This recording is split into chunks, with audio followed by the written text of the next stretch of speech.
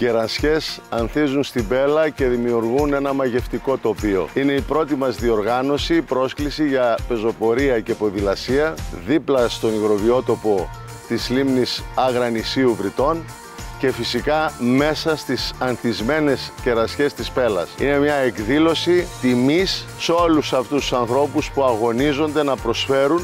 Η Πέλα παράγει το 72% της πανελλαδικής παραγωγής κερασιών.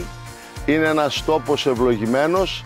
Η γη του Μεγαλέξανδρου είναι μια γη ευλογημένη και φυσικά καλούμε όλο τον κόσμο να έρθει να συμμετέχει σε αυτή την εκδήλωση για να περάσει πολύ όμορφα.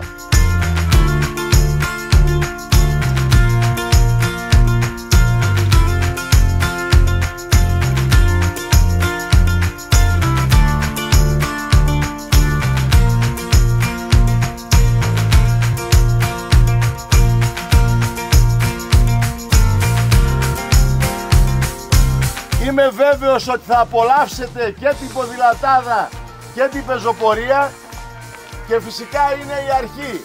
Εύχομαι σε όλους να περάσετε όμορφα. Ξεκινάμε, πάμε!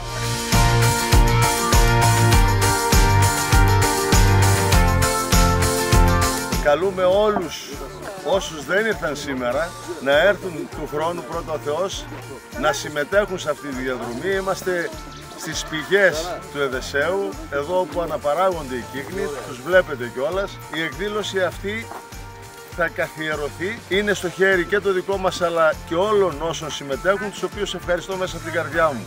Ήταν η πρώτη προσπάθεια που κάναμε και θεωρώ ότι ήταν πολύ επιτυχημένη.